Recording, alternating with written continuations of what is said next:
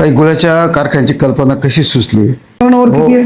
1 कोटीच्या आसपास आहे. शेतकरी ते थेट ग्राहक. वाटत कुणी म्हातारा होत असतो. हजारो लोक त्यावरती अवलंबून असतात. पण उपकार म्हणून नोकरी मिळाली. संशयाला काय त्या कुटुंबातलाच असावं.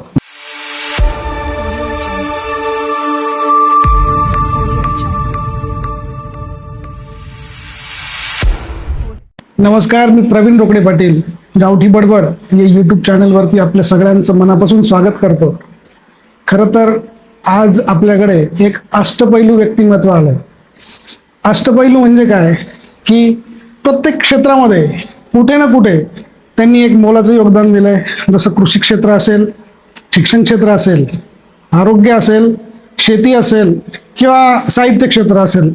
एकच व्यक्ती अनेक क्षेत्रांमध्ये जेव्हा कार्य करते, निश्चितच त्या व्यक्तीचा सन्मान आपल्याकडून होणार आहे आणि तो झालाच पाहिजे. तर मी जास्त वेळ न घेता श्री गायके सरांना विनंती करतो की आपण आमच्या पॉडकास्ट सिरीजमध्ये आला आणि आमच्या कार्यक्रमाची शोभा वाढवली. सर, खरं तर बरेच दिवसांपासून तुम्हाला मी कधी या कार्यक्रमात घेऊन येईल अशी माझी आतुरता भरपूर होती. तुमचं नावही बऱ्याच जणांनी सुचवलं होतं, कारण तुमचं कार्य तसं आहे. एकच व्यक्ती अनेक क्षेत्रांमध्ये कार्य करतो. असं कार्य करत असताना कुटुंब आणि आपलं काम या दोन्ही गोष्टींची दुवा माणसाला साधायची असते. त्यात नोकरी सुद्धा तुम्ही करत होते आणि त्यासोबत अनेक विषयांमध्ये तुम्ही हात घातला आणि ते पूर्ण केलं. तर महत्त्वाच्या विषयाला हात घालण्यापूर्वी मला तुम्हाला तुमचं बालपण, तुमचं गाव थोडक्यात तुमच्याकडून परिचय करून घ्यायचा. नमस्कार. सर्वप्रथम गावठी बडबड ह्या चॅनलनी माझा सन्मान करून माझी मुलाखत घेतली, याचा मला मनस्वी आनंद आहे. नाणेगाव सारख्या अतिशय ग्रामीण भागातल्या एका ठिकाणी हे चॅनलचं काम सुरू आहे. ही ग्रामीण भागाच्या तरुणांच्या दृष्टीनं अतिशय योग्य, स्तुत्य आणि आम्हाला अभिमान वाटावी अशी ही सगळी गोष्ट घडते, याचा पण आनंद आहे. आणि आताच मला त्यांनी जे काही प्रश्न विचारले ते प्रश्नाचे उत्तर तर होईल, परंतु मी आत्तापर्यंत असं समजत होतो की मोठ्या मोठ्या शहरामध्ये खूप श्रीमंत लोकच हे चॅनल निर्माण करतात. धन्यवाद सर. आणि ते काम करतात आणि तिथं जाणारे लोक साहजिक खूप मोठे मोठे असतात. परंतु इथं ह्या चॅनलच्या माध्यमातून सर्वसामान्य माझ्यासारख्या माणसाला इथं येणं झालं, त्यांनी बोलावलं, म्हणजे किती मूलभूत काम करतायत त्याबद्दल मी सर्वप्रथम अभिनंदन. आता माझं गाव पळसे, आपलं सर्वांना कल्पना असेल का नाशिक तालुक्यातील पळसे अतिशय लोकसंख्येनं मोठं असलेलं गाव आहे. माझा जन्म हा 1958 सालातला पळसे गावी झाला आणि त्यावेळेस पळसे गाव हे अतिशय ग्रामीण चेहरा असलेलं गाव. योगायोगाने मला पार्श्वभूमी माझ्या कुटुंबाची ही वारकरी संप्रदायाची मिळाली. माझा जन्म विठ्ठल मंदिराच्या पुढील एका आमच्या घरात झाला आणि कळत न कळत ते संस्कार हे पहिल्यापासून बालपणापासून माझ्याकडे ते आलेत आणि त्याचा मला पुढं फायदाच झाला. परंतु शेतकरी कुटुंब, अशा शेतकरी कुटुंबामध्ये शिक्षणाची फारशी परंपरा नाही. मला चांगलं आठवतं की माझे आजोबा मला पहिल्या दिवशी शाळेत घेऊन गेले आणि त्यांनी मला खांद्यावर घेतलं आणि आमच्या पळसे गावातील जिल्हा परिषद शाळेमध्ये एका गुरुजींपुढे, त्यावेळेस गुरुजी म्हणायचो आम्ही, त्या गुरुजींपुढे मला टेबलवर बसवलं आणि सांगितलं, माझा नातू याला शाळेत घ्या. त्यांनी विचारलं, याचा जन्मतारीख किती? तेवढे याची जन्मतारीख मला माहीत नाही. जन्मतारीख सुद्धा लिहायची सवय नसलेल्या आणि इतकं सुद्धा शिक्षण नसलेल्या कुटुंबापासून आमची सुरुवात झाली. गुरुजींनी पाठीमागं बोटं मोजली 7 वर्ष आणि जी त्या दिवशी तारीख होती ती तारीख जन्मतारीख म्हणून टाकली आणि तीच माझी अधिकृत जन्मतारीख म्हणून गृहीत धरली. सांगायचा मुद्दा हा. पूर्वी बऱ्याच म्हणजे 1 जून 2 जून या तारखा, म्हणजे त्या दिवशी बरेचसे वाढदिवस आहेत, त्याला कारणच ते असतील. त्याला कारण नसते. तर अशी पार्श्वभूमी, कौटुंबिक शेती आमची, बैल गाई भरपूर मोठ्या प्रमाणात असायच्या, शेती बऱ्यापैकी होती, पोटापुरती. जिल्हा परिषद शाळेत शिक्षण घेतलं आणि तिथंच जे काही संस्कार झाले लहानपणीचे त्या गुरुजींकडनं ते आतापर्यंत मला कामाला आलेले. मला चांगलं आठवतं का डावऱ्या नावाच्या एक बाई होता आणि त्या शिकवताना, कविता शिकवताना स्वतः गाऊन कविता शिकवायच्या आणि त्या इतक्या आवडायच्या आम्हाला का आम्हाला असं वाटायचं की त्या बाईंनी सतत ते शिकवित राहावं आम्हाला, एकच कवी. असं वाटायचं. आणि एक जाधव गुरुजी होते शिंदे गावचे, ते गणित शिकवायचे. म्हणजे माझ्या आयुष्यामध्ये मी नंतर पुढं आणि कॉलेजपर्यंत शिकलो, गणितामध्ये मला आवडच होती. तर त्या गुरुजींनी जे गणित शिकवलं, असं गणित कुणी शिकवलं ना मला कुणीच भेटलं नाही. नंतर साध्या पद्धतीनं गणित शिकून त्या गणिताची आवड निर्माण करायची विद्यार्थ्यांमध्ये. त्या काळी ही साधी गोष्ट नाही, पण ते गुरुजी अतिशय सहजपणे करायचे. असे शिक्षक आमच्या वाट्याला आले, वेगवेगळे गुण असलेले शिक्षक वाट्याला आले. म्हणून वाचनाची, हस्ताक्षर चांगला असण्याची, अवांतर वाचण्याची अशी सवय त्या काळापासून आम्हाला लागली, म्हणजे मला लागली. खरं तर तुम्ही अनेक क्षेत्रांमध्ये कामं केलेत. तुम्हाला प्रश्न कुठून विचारावा इथून माझी फजिती होते, परंतु साखर कारखाना जिथे तुम्ही नोकरी करत होते, खरं तर साखर कारखानाच का आणि कशी सुरुवात झाली? साखर कारखान्यात नोकरी ही मला काही योगायोगाने मिळाली नाही किंवा कुठं वशिल्याने मिळाली नाही. आमच्या जमिनीतून रस्ता गेला साखर कारखान्याचा. ज्यांच्या जमिनी रस्त्यात गेल्या, साखर कारखान्याच्या याच्यामध्ये गेल्या, प्रकल्पामध्ये गेला, तर त्यांना सगळ्या कुटुंबातल्या मुलांना कामं घेतलं तत्कालीन संचालक मंडळाने. तर आमची आज जमीन गेल्यामुळं मग मी तिथं कामाला लागलो साखर म्हणजे कारखान्यात. प्रकल्पग्रस्त म्हणून तुमचा स्वीकार केला जातो. प्रकल्पग्रस्त बरोबर सर. म्हणून. परंतु तुम्ही आता जसं सांगितलं की आमची जागा गेली, म्हणजे आमच्या एखाद्या प्रकल्पात जागा जाते तेव्हा आमच्यासाठी कुठंतरी आरक्षित त्यांनी जागा ठेवली. तुम्ही तिथे जाऊन कामगार नेते झालात, म्हणजे त्या कारखान्याची एवढी ओढ तुम्हाला लागली सर. तर ती कशी सुरुवात झाली? म्हणजे कामगार चळवळीमध्ये तुम्हाला सहभाग घ्यावा कसं वाटलं? तर कामगार चळवळीमध्ये सहभाग इथून सुरुवात झाली. तर तिथं ज्यावेळेस मी कामाला जायचो सुरुवातीला 3-4 वर्ष मी सर्व शिक्षणच घेत होतो मी. आणि नंतर नाशिकला एका भाऊ पाठक नावाचे कामगार नेते होते त्यावेळेस. त्यांच्या एका सभेला मला काही मित्र घेऊन गेले आणि त्यांचं भाषण ऐकलं मी. ते एस टी कर्मचाऱ्यांचे संघटनेचे नेते होते. बरं.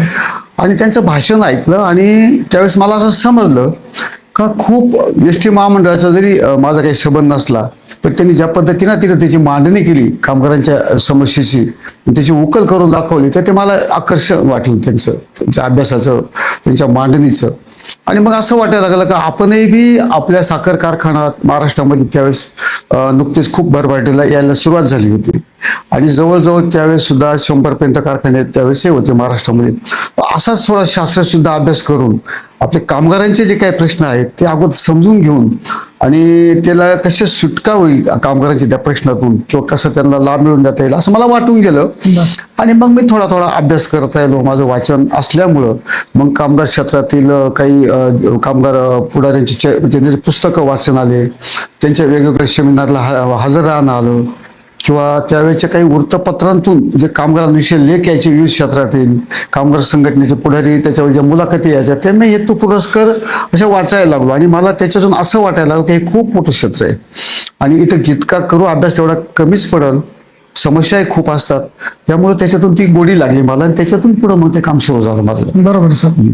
पण गेल्या काही वर्षामध्ये म्हणजे साधारण एक 20 वर्षाचा काळ गेला असेल की साखर कारखान्याची, म्हणजे पूर्वी सुवर्ण काळ होता जेव्हा साखर कारखाने उभारले गेले. शरद पवारांचं बरंचसं काम आलं, बऱ्याच संघटनांनी त्यासाठी कामं केले. परंतु एक काळ मध्यंतरी असा आला की साखर कारखाने जे आहेत ते निर्जन व्हायला लागले, बंद पडायला लागले. आणि ते सगळं घडत असताना कामगार चळवळी व्यतिरिक्त आपला साखर कारखाना आहे आणि तो पुन्हा नव्या जोमात उभा राहायला पाहिजे म्हणून तुम्ही काहीतरी प्रयत्न केले. तर ते कसं करावं वाटलं? काय ती ऊर्जा होती तुमच्यात?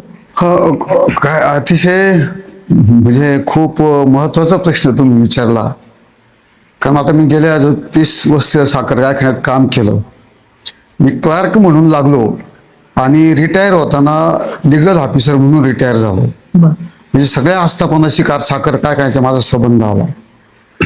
मी नाशिकपासून तर दिल्लीपर्यंत अनेक कामगार चळवळीच्या मिटिंगला, सेमिनारला, प्रशिक्षण शिबिराला पुण्याला मुंबईला सतत काय माझं राहून ते शिकत राहिलो आणि त्याच्यातून अभ्यास करत राहून असं लक्षात आलं का महाराष्ट्राची अर्थव्यवस्था ज्या काळात फक्त शेतीवर अवलंबून होती त्या काळात तत्कालीन धोरणांनी समाजाच्या तत्कालीन धोरणांनी एक उद्योगामध्ये पाऊल टाकून साखर कारखान्याची सुरुवात केली. मी त्याचं श्रेय द्यायला पाहिजे पद्मश्री बाळासाहेब विखे पाटलांचे बरोबर, यांना बरोबर. दिलं पाहिजे, प्रश्नच नाही. धनंजयराव गाडगिळांना दिलं पाहिजे. 100%. आणि ह्या लोकांनी शेतकरी आपला पिकवतो माल पिकवतो पण बाजारामध्ये तो दुसऱ्याच्या भरोसे करून त्याला काहीच हस्तक्षेप करता येत नाही किंवा त्याला मनासारखा भाव पण मिळत नाही. बरोबर. ही गोष्ट त्यांच्या लक्षात आल्यामुळे याच्यावर प्रक्रिया करून कारखाने जर सुरू झाले तर शेतकऱ्याच्या मालावर रास्त भाव पण मिळेल आणि उद्योजक या क्षेत्रात सुद्धा शेतकरी या निमित्ताने प्रवेश करतात.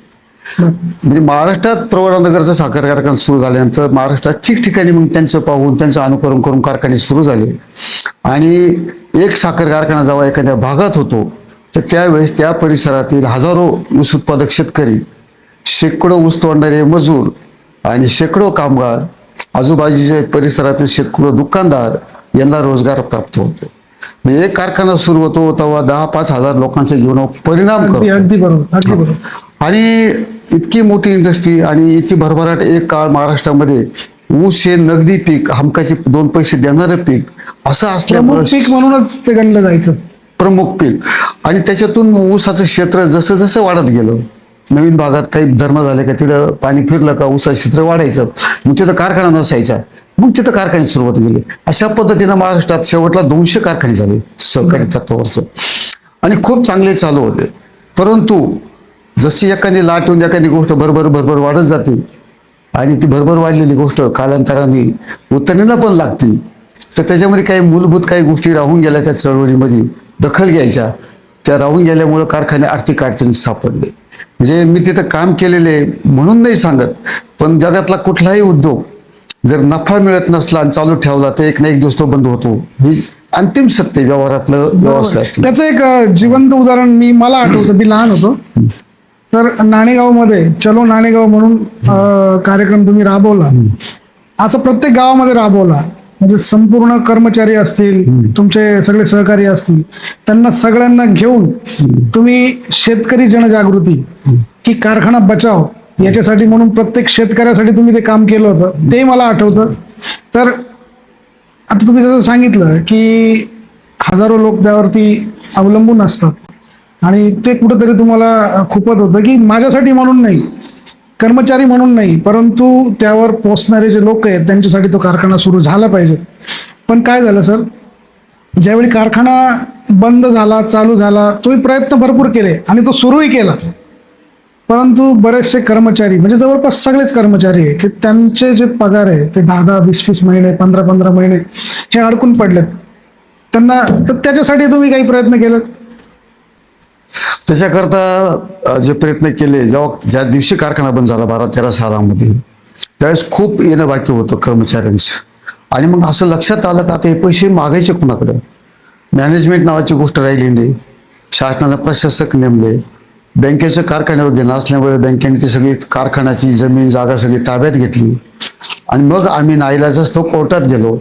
कोर्टातून, नाशिकच्या कोर्टातून, मुंबईच्या कोर्टातून सुप्रीम कोर्टात इथपर्यंत लढा दिला.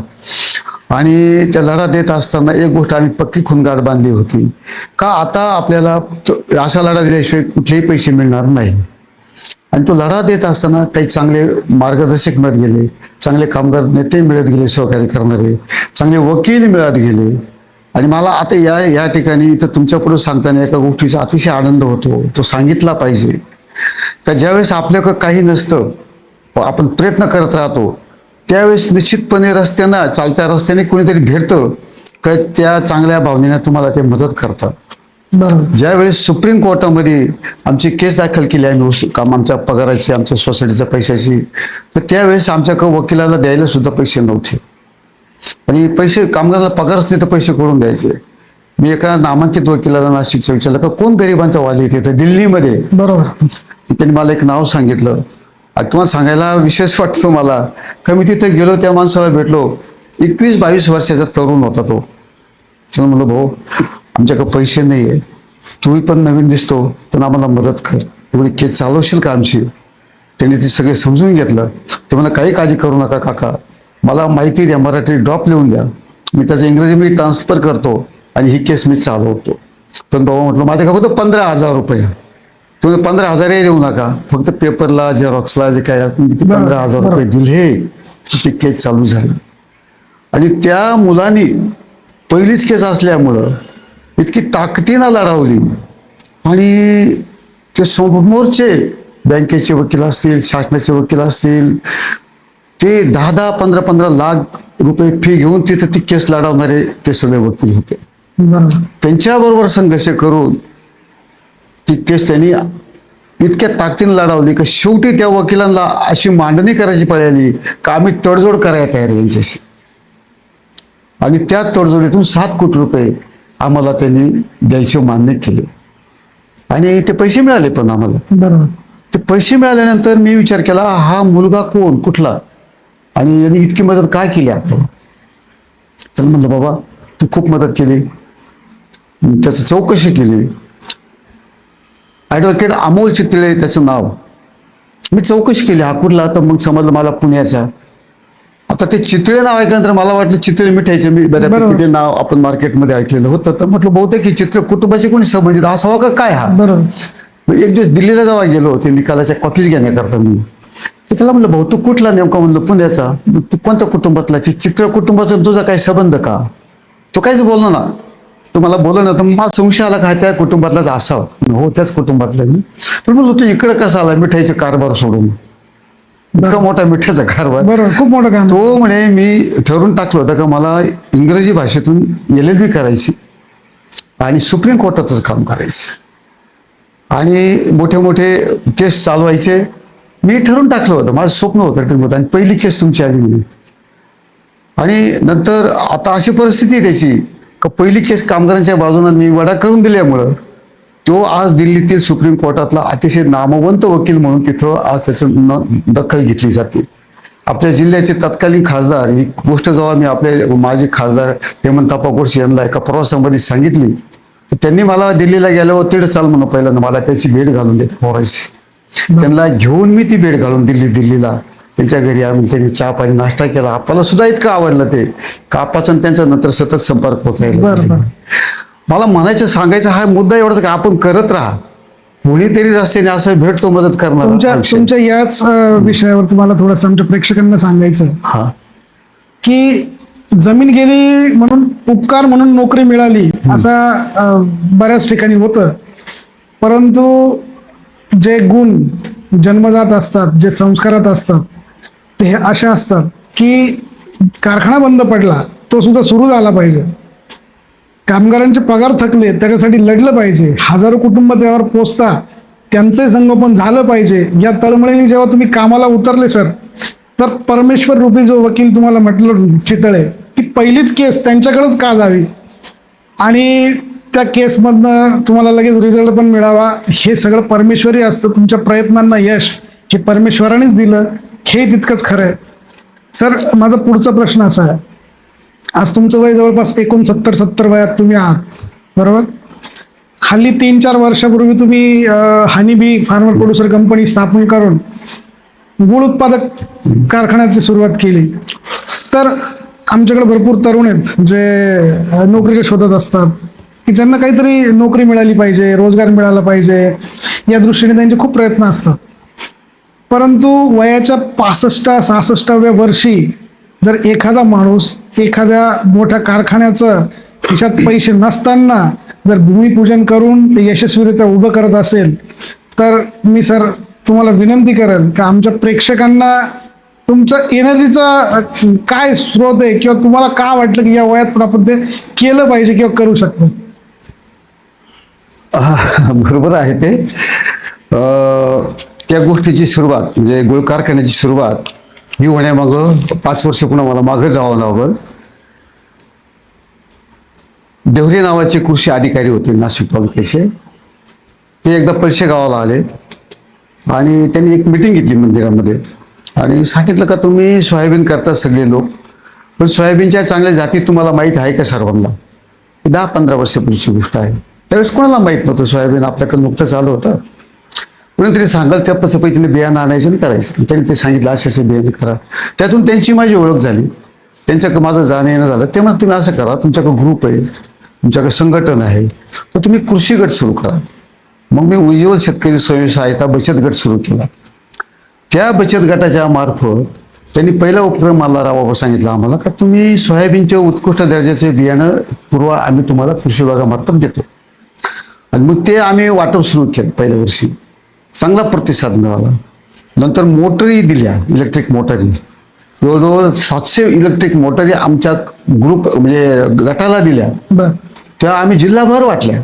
इथं लोक न्यायलायचे. तुम्हाला सांगितलं दिवशीच वाटेल, तत्कालीन पंचायत समिती सभापती सुद्धा ती मोटर घ्यायला आली होती, बर. नाशिक तालुक्याची. फार कळवण सटाणा एकूण तिकून सगळ्यांना माहीत झालं का इथं मोटरी कृषी विभागाच्या बरोबर. यायला लागली. आणि मला असं वाटायला लागलं खूप मोठं क्षेत्र आहे, याच्यामध्ये अजून जर आपण काही काम केलं बरं. तर आपण पुढं करतो. मग त्याच्यातून शेतकऱ्यांच्या सहली आयोजित केल्या. आणि मग त्यांना एक दिवस मी विचारलं, म्हणलो सर मला असं वाटतं आता सोयाबीन आम्ही चांगलं करतो, पण हे सोया तेल जे बनतं हे आम्हाला बनवता येईल का, आणि त्याची बनवायची काय प्रोसेस आहे ते पुढं बघायला मिळेल, किंवा कोण सांगाल, कोण मार्गदर्शन करणार. ते म्हणून तुम्ही एक काम करा, तुम्ही इंदोर उज्जैनला द्या, मी सगळ्या कृषी विभागामार्फत खर्च करतो, बर. तुम्हाला जा तुम्ही. आम्ही 5-6 लोक गेलो तिथं इंदोर उज्जैनला. त्याच्या मिल बघितल्या, प्रचंड खर्चिक म्हणजे प्रचंड पैसा लागलेल्या मिल होत्या त्या. आणि 25-30 कोटी रुपये त्यावेळेस लागायचे त्याला. आता तेवढी आमची क्षमता नसल्यामुळं मग तो विषय आम्ही बाजूला केला. पण मग अजून काय करता येईल तेव्हापासून माझ्या लक्षात यायला लागलं, नाही सोयाबीन तेलाची मिल टाकता आली आपल्याला. अजून त्याला ऑप्शनल काय? त्याला ऑप्शन काय, काहीतरी करायचं. कारण एक गोष्ट लक्षात आली ती, असं का माणसाने आयुष्यामध्ये काही केलं तरी एखादी गोष्ट जर निर्माण केली ना, तिचा जो आनंद आहे तो फार वेगळा आहे, खूप मोठा आनंद. हा. आणि मी म्हटलं आपण बाकी काही करू, पण ही जर गोष्ट केली नाही तर मग काहीतरी उणीव आहे आपल्या आयुष्यामध्ये, असं वाटायला लागलं मला. 65व्या वर्षी तुम्हाला ती जाणीव झाली. हा. आणि त्याच्यात दुसरं ते जेव्हा यांचे चरित्र वाचले मी, रतन टाटांचं वाचलं, काही उद्योग समूहांचे काही ती माझ्या वाचनात असायचं. कारण विचार केले हे ते एकदम साधे माणसं होते सुरुवातीला. धीरूभाई अंबानी सारखा माणूस पेट्रोल पंपावर काम करतो, 2-4 हजार रुपये महिन्याने काम करतो, आणि तो माणूस इतका सगळ्या देशाला व्यापाला असा उद्योग उभा करू शकतो. मला असं वाटायचं की हे मूळचे खूप जन्मजात पैशावाले होते का काय सगळे लोक, पण तसे नव्हते लोक कोणी. इथून यांचा प्रवास कसा झाला, शून्यातूनच माणूस पुढे जातो आणि शिकत शिकत जातो, हे लक्षात यायला लागलं. जन्मताच कुणीच मोठा नसतो, आणि असंही नाही जगामध्ये का जन्मताच कुणीच न चुकणारा असू शकतो. सगळे चुकत माकत अगदी त्या अनुभवातूनच मोठे होत राहतात. हे जेव्हा लक्षात आलं, मग आपलं आरोग्य चांगलं आहे, आपल्याला जरा सुस्त आहे, आपण काहीतरी करू शकतो असा आत्मविश्वास आहे आपल्याला. एवढे सगळी मेंटॅलिटी असताना, शरीर चांगलं असताना, निसर्गाने दिलंय आपल्याला, तर मी याचा उपयोग आपण 2 टाइमचं खाणं आणि झोपणं याच्यातच घालवावं का आपण, हे मला वाटून गेलं. आणि बाकीचं जरी माझी ऍक्टिव्हिटी होती शिक्षण क्षेत्रामध्ये तर पुढे बोलू आपण, पण असं काहीतरी करावं हे माझ्या डोक्यात होतं. आणि मग ते गट स्थापन केले. त्या गटातून त्यांनी सांगितलं की तुम्ही नाशिक शहरामध्ये एक सेंटर सुरू करा, भाजी विक्री केंद्र. ते आम्ही सुरू केलं काठी गल्लीमध्ये. तुम्हाला सांगायला मला लय आनंद आज असा आहे की त्या काठी गल्लीचं जे केंद्र आहे आज आमच्या खरं तर शेतकऱ्यांचं, या प्रश्नावर मी येणार होतो, हा. पण तुम्ही सुरुवात केली. तर त्या केंद्रावर आज 10 मुलं काम करतात शेतकरी आमच्या गटाचे. त्यांचा रोजचा दैनंदिन उलाढाल 1 लाख रुपयाची. 1 लाख रुपयाचा भाजीपाला त्या एका केंद्रावर विकला जातो तिथं काठी गल्लीमध्ये. असे 7 गट आहे आमचे. 7 गट आहे नाशिकमध्ये. गंगापूर रोडला आहे, शिंगाडा तलावाला आहे, इंदिरानगरला आहे, आणि असे 7 ठिकाणी आमचे नाशिकमध्ये गट आहेत. आणि 80-90 शेतकरी तिथं आपला स्वतःचा भाजीपाला, गावातला भाजीपाला एकत्र करून तिथे विक्रीला नेतात. त्यांना रोजगार मिळतो. ताजा आणि उत्कृष्ट दर्जाचा भाजीपाला ग्राहकांना मिळतो. आणि ते दुकान जर बंद असलं तर ते ग्राहक त्या दिवशी भाजीपाला सुद्धा घेतील. असे हजारो ग्राहक आहे नाशिकमध्ये. आनंद याचा तुमचा नाशिक मधला किंवा महाराष्ट्रातला पहिला उपक्रम आहे. शेतकरी ते थेट ग्राहक, कुठला दलाल नाही, कुठली मध्यस्थी नाही, कुठले आडते नाही, कुठंच बरोबर. म्हणजे कुठल्याही बाजारपेठांमध्ये तुम्हाला जागा भेटली पाहिजे, गाळे भेटले पाहिजे, असं कुठलाही तुम्ही विचार केला नाही, आणि त्यातून ती सुरुवात केली. आणि आज हजारो लोक त्या गोष्टीचा फायदा घेत आहेत, हजारो शेतकऱ्यांना त्याचा फायदा होतोय, आणि हजारो ग्राहकांना सुद्धा थेट ताजा भाजीपाला हा त्या ठिकाणी मिळतो. सर, खरं तर तुमचं कार्य खूप वेगळं आहे. आता तुम्ही शेती विभागाकडे वळाले, परंतु जो माझा गुळाचा जो आपला गुळाचा विषय होता त्याच्यातला एक प्रश्न राहून गेला हा सांगतो मी त्याच्या की तुम्ही जो गुळ उत्पादन केला त्याची विक्री होते व्यवस्थित? हो त्याचा होते. टर्नओव्हर किती हो, आहे? 1 कोटीच्या आसपास आहे. 1 करोडचा टर्नओव्हर आहे त्याचा, बरोबर. त्यातनं रोजगार मिळाला लोकांना, हो शेतकरी खुश आहे. हो म्हणजे एखाद्या गोष्टीची सुरुवात 65व्या वर्षी करून एखादी संकल्पना तुम्हाला सुचल्यानंतर त्याचा तुम्ही बारकाईने अभ्यास केला आणि त्या गोष्टीची स्थापना केली, परंतु मनात अशी कुठं खंत नाही वाटली की आजचे जे तरुण मुलं आहे की त्या लोकांना अशा कुठल्या तरी शिक्षणाची गरज आहे. आपण शाळेमध्ये रिकामेच पुस्तकं वाचतो. विज्ञान, ज्याला काहीतरी वेगळ्या क्षेत्रात जायचं त्यांनी विज्ञान विषय शिकावा. गणित, एखादं गणित, बेसिक गणित शिकल्यानंतर सर साइन कॉस थिटाचं माझ्या मते सामान्य लोकांना काही त्याचा फारसा फरक पडत नाही. ते तुम्ही इंजिनिअरिंगमध्ये त्याचा उपयोग होत असेल किंवा IT क्षेत्रामध्ये त्याचा उपयोग होत असेल, पण असं काहीतरी शिक्षणामध्ये आलं पाहिजे याच्यावर कधी तुम्हाला वाटलं? त्यावेळी ती खंत वाटली तुमच्या मनाला किंवा त्यासाठी तुम्ही काही प्रयत्न केला? हो, एकदम चांगला प्रश्न विचारला. काही गुळाच्या कारखान्याची कल्पना कशी सुचली? ती सुचली आपला नाशिक सहकारी साखर कारखाना बंद झाल्यानंतर या परिसरात शेतकऱ्यांच्या ऊसाचं काय करायचं लोकांना प्रश्न पण पडायचे. आता हा ऊस कोणत्या कारखान्याला द्यायचा, कोण नेईल, याची कशी विल्हेवाट लागेल. आणि सहज एक असं आठवलं आणि कृषी विभागाने सुचवलं का तुम्ही गट चांगले चालवले आहेत. आमच्या गटाला शासनाचा, महाराष्ट्र सरकारचा उत्कृष्ट गटाचा पुरस्कार पण मिळाला. कृषी मंत्र्यांच्या हस्ते त्याचा पुरस्कार मिळाला आणि त्यावेळेस त्यांनी पण सांगितलं की तुम्ही प्रक्रिया उद्योगात काहीतरी करा आता, कारण तुमच्याकडे ती क्षमता आहे तुमच्या गटाकडे. त्यांनी ते सुचवलं मला आणि मी विचार केला आपल्याला काय करतील. दुर्दैवाने आपला कारखाना बंद पडला होता आणि मग इथं ऊस होता आपल्याकडे आणि मग असं वाटलं मला का आपण ऊसावर काहीतरी प्रक्रिया करतो. मग काय करता येईल? मग थोडं सोपं टेक्निक ज्याच्यामध्ये आहे, गुळ सहज बनवू शकतं कुणी बी, कारण आपली पारंपरिक गुळ बनवायची पद्धती आपल्या देशामध्ये. बरोबर. मग त्याच्याकरता काही ठिकाणी आम्ही जाऊन आलो. महाराष्ट्रामध्ये काही गुराळं बघितले, काही त्याच्या तज्ञ लोकांशी भेटलो आणि एक ग्रुप बनवला आम्ही शेतकऱ्यांच्या परिसरातल्या. एकत्र आलो.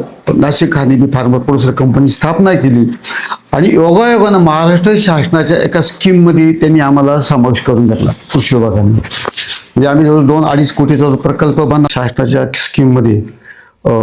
त्याचा समावेश झाला आणि शेतकरी एकत्र येऊन जर काही प्रकल्प केला तर शासन सुद्धा मदत करतं मोठी. त्यावेळेस मग आम्हाला समजलं आणि आम्हाला 1 कोटी रुपये सबसिडी शासनाने मंजूर केली. 1 करोड रुपये? 1 करोड रुपये दिली. पण मग आम्ही 10 लोकांनी एकत्र येऊन 1 कोटीची कर्ज केलं आणि 2 कोटीचा तो प्रकल्प आम्ही केला आणि आज 5वं वर्ष आहे.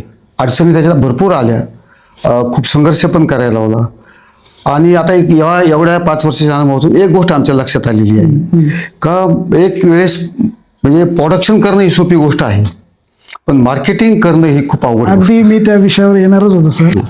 आणि मग झालं असं का आपल्या डोक्यात काय संकल्पना असते मराठी माणसाच्या का एखाद्या उद्योगात जर आपण पैसे अटकावले तर त्याचा लगेच परतावा हवा असतो आपल्याला. बरोबर. पण उद्योगधंदा हे असं क्षेत्र आहे का तुम्ही जर त्याच्यामध्ये पैसे अटकावले तर कमीत कमी कर्ज फेटतो, त्याच्यावरून परताव्याची अपेक्षा करायची काही काम नसतं. प्रश्नच नाही. हा एक सगळ्यात महत्वाचा भाग लक्षात आला. बरोबर. दुसऱ्या गोष्ट, आपण तुम्ही प्रोडक्शन कितीही बी चांगलं बनवा, आपल्या जरी किती चांगलं प्रोडक्शन असलं तरी जाहिरात केल्याशिवाय आपण मार्केटमध्ये तग धरू शकत नाही. प्रश्नच नाही. आणि माझ्या लक्षात आलं 5व्या वर्षी का सोन्याचे जरी दुकानं असली त्याला बोर्ड लावावा लागतो.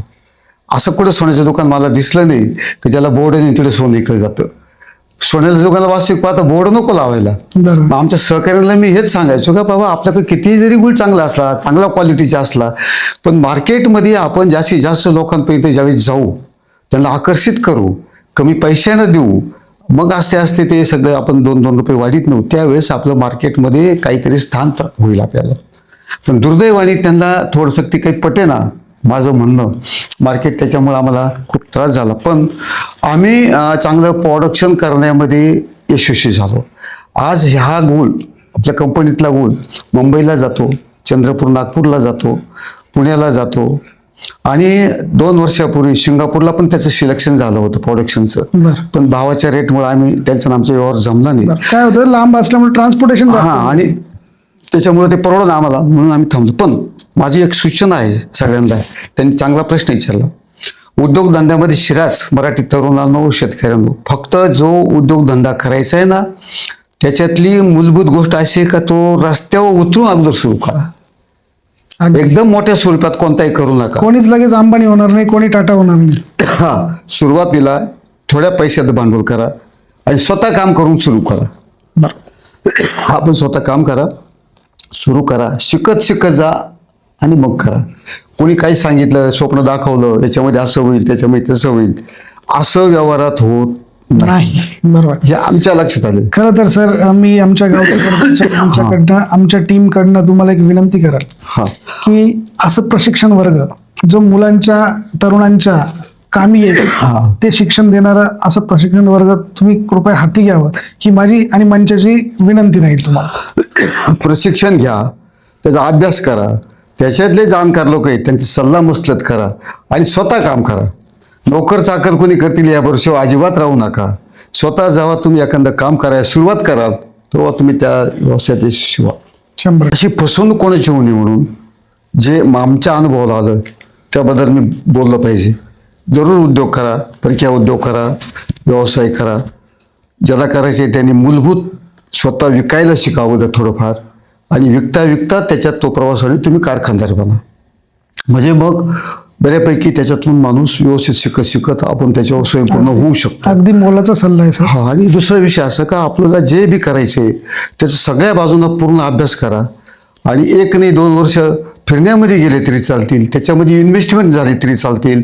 100 नाही 500 लोकांना भेटा, त्याच्यातले बारीक बारीक बाहेर त्यावेळेस समजून घ्या, त्या धंद्यातलं भवितव्य समजून घ्या, पुढं काय असू शकतं, त्याला कोणाशी आपल्याला स्पर्धा करावं लागेल, आपल्याला मार्केटमध्ये स्पर्धा कोणाची आहे हे सगळं समजून घ्या अगोदर.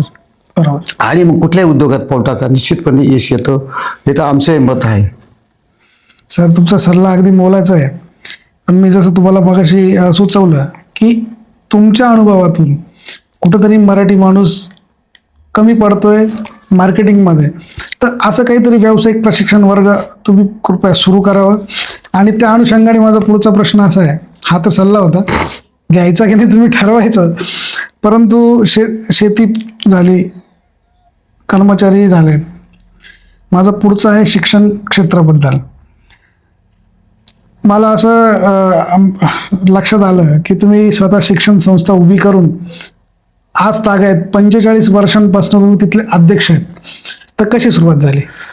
आमच्या पळशे गावातील 7वी नंतर आमच्या गावातल्या मुली सर्व शेतकरी कुटुंबातील असल्यामुळं 8वीला शाळेत पाठवत नव्हते नाशिकवरून. मुलं जायचे पण मुली जात नसायच्या. म्हणजे 7वी पर्यंत पळसे गावात शाळा होती, तिथून पुढे नव्हती. आम्ही सुद्धा तुम्हाला सांगितलं तर तुम्ही आता हसाल का, आम्ही 8वी 9वी 10वी हे 3 वर्ष पायी शाळेत जायचो. पळशे गावातून PS school, Purushottam English school. बरोबर.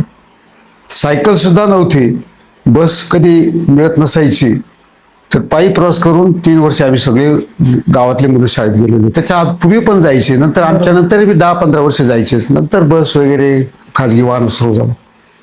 तर मुलींचं शिक्षण हे होत नसायचे. जेव्हा लक्षात आलं आमच्या, आणि लवकर लग्न होऊन त्यांना शिक्षणापासून वंचित जेव्हा दृश्य दिसलं, म्हणून आमच्या गावातील आम्ही काही तरुण एकत्र आलो. त्यात माझे मित्र राजाराम गायदेनी म्हणून, ते प्रेसला होते, इंडिया शुक्टर प्रेसला, अशोकराव गायदेनी, आणि असे आमचे सगळे सहकारी एकत्र येऊन असं आम्हाला वाटलं का आपण इथं या मुलींकरता काहीतरी केलं पाहिजे. म्हणून आम्ही एक शैक्षणिक संस्था स्थापन केली, पळशे ग्रामीण विकास मंडळ नावाची.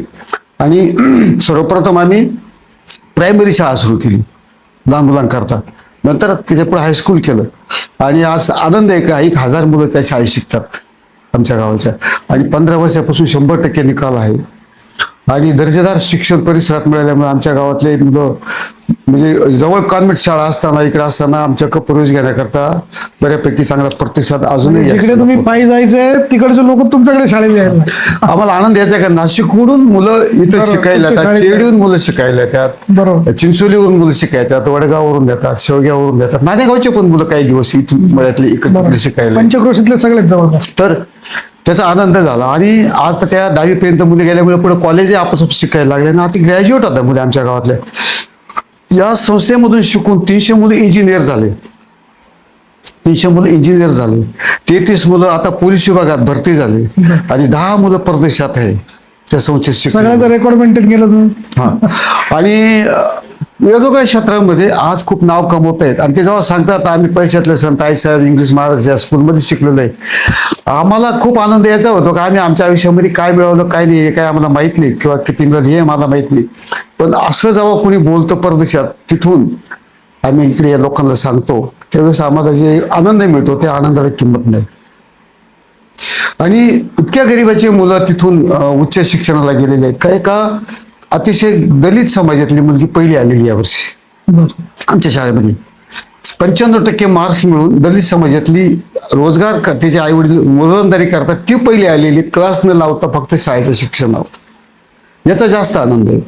आणि पहिल्या 5वी मुली आहेत आणि एकदम गरीब कुटुंबातल्या आहेत. श्रीमंत लोकांना पैसे घ्यायला अनेक संस्था आहे जगात, सगळ्या सोयी आहे त्यांच्याकडे, पण गरिबांच्या मुलांना कुणीतरी हे काम करावं गावगाव असं माझ्यासारख्याला वाटतं. आणि ते मी तर म्हणतो देवधर्म करणं, देवदर्शनाला जाणं याच्या इतकेच हे महत्वाचं आहे. गोरगरिबांच्या मुलांना चांगलं शिक्षण देणं हे कुठलंही देवदर्शन करण्यापेक्षा कमी दर्जाचं नाही, असं माझं मत आहे. आम्ही तर त्याच्यातच देव मानतो आणि तोच एक परमेश्वर प्राप्तीचा एक मार्ग आहे असं आम्हाला वाटतं. आमच्या गावातील एक मुलगी हिंदी विषयात महाराष्ट्रात पहिली, कुंभार समाजाची मुलगी, तिच्या घरी शैक्षणिक परंपरा नाही पण महाराष्ट्रात हिंदी विषयात टॉपला आली, पहिली आली. ते ज्यावेळेस आम्हाला समजलं, आम्हाला तर जन्म सार्थक जायसारखं वाटलं. काय ह्या ज्या गोष्टी आहेत ना, ह्या शिक्षणाच्या या फार मोठ्या गोष्टी आहेत. आणि कुणी कितीही केलं तरी कमीच आहे त्या क्षेत्रामध्ये काम. आम्ही तर अतिशय छोटं काम केलं, फार मोठं केलं असं अजिबात दावा नाही आमचा, किंवा काही जागा वेगळं केलं हाय. कुठलंही काम छोटं नसतं सर. जेव्हा महात्मा ज्योतिबा फुले आणि सावित्रीबाई यांनी मुलींसाठी शिक्षणाचा आग्रह धरला त्यावेळी त्यांच्यावर अक्षरशः गावातून शेण फेकलं जायचं, तर तुम्ही हे काय करता. त्याचा आदर्श निश्चित तुम्ही आहात. तुम्ही मुलींसाठी म्हणून शिक्षण संस्था उभी केली. मुलांना तर पायी जाणं शक्य होतं किंवा घरचे त्यांना पाठवत होते. शेतकरी कुटुंबातले लोक मुलींची लवकर लग्न करायचे, मुलीला आता इथून पुढे पाठवायचे नाही या विचारात होते. परंतु जेव्हा तुम्ही गावातच तुमच्या शाळा उभी केली आणि महाराष्ट्रात एखाद्या विषयात तुमची जर शाळेची मुलगी पहिली येत असेल, निश्चित अभिमानाची गोष्ट आहे. परंतु तुम्ही आता जसं सांगितलं 300-400 मुलं प्रत्येक वर्षी दरवर्षी कुठे ना कुठे तुम्ही कुठल्या ना कुठल्या क्षेत्र, इंजिनिअरिंग असेल किंवा शैक्षणिक क्षेत्र असेल, कुठलंही असो, की तुम्ही ते घडवले. परंतु या घडवण्यामागे अजून एक तुमची गोष्ट आहे जी माझ्या लक्षात आली, की तुम्ही सार्वजनिक वाचनालयाची सुद्धा सुरुवात केली गावामध्ये. तर तो कसा होता अनुभव? सार्वजनिक वाचनालयाच्या ती सुरू करायची कल्पना अशी आली का मला वाचनाचा छंद होता खूप. आणि 8वी-9वी पासून कविता, छोटे छोटे लेख हे माझ्या वाचण्यात यायला लागले, तर मला आवड लागली वाचनाची. आणि मग शालेय पुस्तकावर माझं समाधान होईल, त्याच्यातलं साहित्यावर माझं समाधान होईल. पुरुषोत्तम इंग्लिश स्कूलला पुरोहित नावाचे एक गुरुजी होते, ते मराठी भाषा शिकवायचे. तर त्यांनी मला अवांतर वाचनाची सवय लावली, आवड लावली. आणि त्यांनी काही पुस्तकं वाचायला सांगितले मला, ते वाचले मी. त्याच्यातून वाचण्याची आवड लागली. पण ते पुस्तकं मिळत नसायचे. मग नाशिकला एक वाचनालय होतं, तिथं जायचो, पण त्याला मर्यादा होती मला जाण्याला. आणि नंतर तिथे बऱ्यापैकी पुस्तकं वाचले तरी माझं समाधान होईना.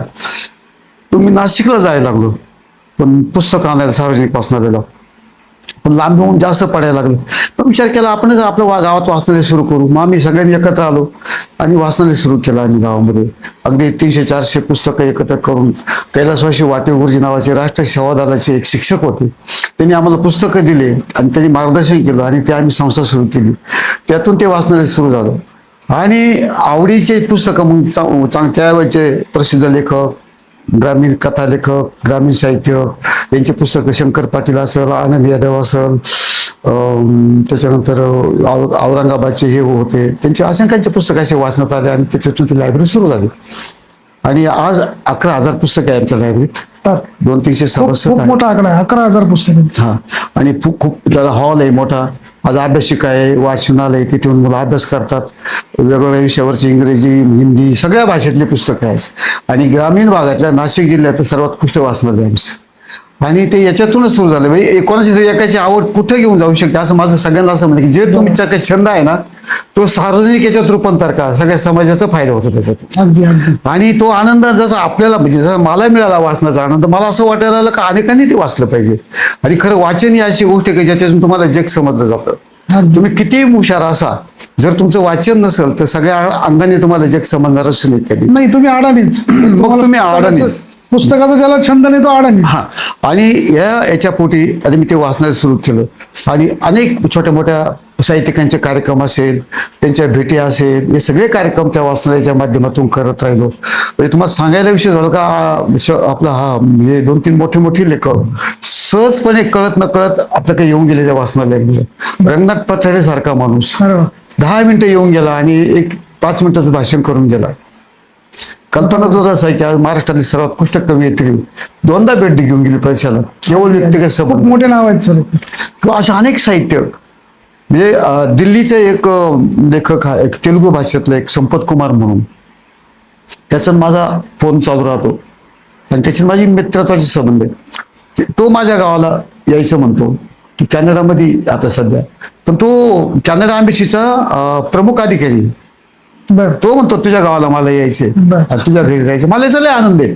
आनंद याचा का आपल्याकडे कोणी नाही, आपलं काही करत नाही, पण ही फार मोठी गोष्ट असते.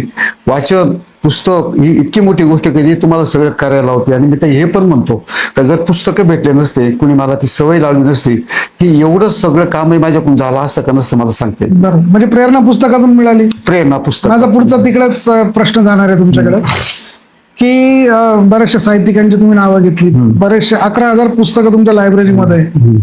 तर एखादं पुस्तक लिहावं असं वाटलं नाही? हो, पुस्तक मी लिहिलं, पण एक बदलतं शिवार नावाचं एक पुस्तक लिहिलं. बरं. त्याची पण एक फार भन्नाट कथा आहे. मग आता एका प्रवासामध्ये रावसाहेब कसबे आणि उत्तमराव कांबळे यांच्याबरोबर प्रवास करायचा मला योग आला. आणि त्या गाडीतल्या प्रवासामध्ये 3 तासाच्या ते म्हणे तुझे काय अनुभव सांग आयुष्यातले. जसे आता ही मुलाखत देऊन राहिलो तसे त्यांनी मला विचारलं की तुझे सांग रे अनुभव, आम्ही बाकी सगळं वाचतो पण असे तुझे अनुभव सांग. तेवढ्या प्रवासामध्ये मी 4-5 अनुभव सांगितले, त्यांना आवडले. गाडीतून खाली उतरायच्या वेळेस मला ते दोघे खाली उतरले. तू एक काम करायचं म्हणे, जे आमच्याशी बोलला ते फक्त कागदावर लिहून काढ. प्रवासामध्ये जे आमच्याशी बोललं ते कागदावर लिहून काढ आणि ते केलं पाहिजे म्हणून. तू जर नाही केलं तर आम्ही तुला जर 15 दिवसाला फोन करीत राहून इथे येऊ, तुझ्या बॉकांनी बसून लिहून घेऊ. या भाषेत मला ते दम दिला त्यांनी दोघांनी. मी म्हटलं हेच काय बोललो मी, यांना इतकं आवडलं कारण ते खूप हसले, काही काही प्रसंगाला खूप हसले आणि काही वेळेस खूप गंभीर पण झाले. पण नंतर लक्षात आलं हे यांनी का सुचवलं. आणि मग ते मी बदलतं शिवार नावाचं पुस्तक लिहिलं. तर बदलतं शिवार लिहिल्यानंतर त्याच्यामध्ये अशा काही थोड्या वेगळ्या गोष्टी सांगितल्या का ज्या काही लोकांना इतक्या आवडल्या का त्यांना विशेष वाटलं की असं काही अनुभव असू शकतो किंवा असं प्रकारे जीवन कोणाचं असू शकतं, हे त्यांना विशेष वाटलं. त्याच्यात 2-3 उदाहरणं. मी लहानपणी मेलो म्हणून घोषित केलं होतं माझ्या आईना आणि माझ्या आजीना. योगायोगाला नाणेगावच्या नदी पात्रातच मी मेलो असं घोषित केलं त्यांनी. मला घेऊन त्या भगूरच्या दवाखान्यात चालले होते. इथं माझा आवाज येईना, या नदी पात्रातच नाणेगावचं मला खाली ठेवलं का मी माझा आवाज येईना, तर मला घरी घेऊन जावं लागलं ते परत.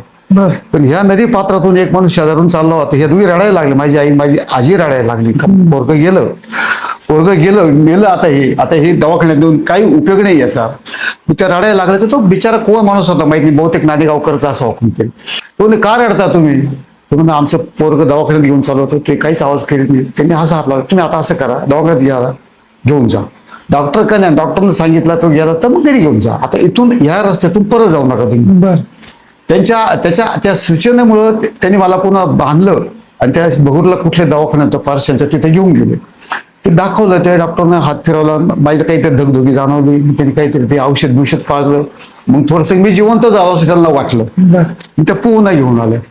मग मी हा प्रसंगाचा त्या पुस्तकात लिहिला का जर याला कदाचित कोण माणूस हे माहीत नाही. तो त्यांनी जर सुचवलं नसतं, माझी आजी मला घेऊन गेली नसेल, तसेच मी गेलो म्हणून जर परत घेऊन गेला असतो, मी जर गेलो असतो ते जीवनच नसतं.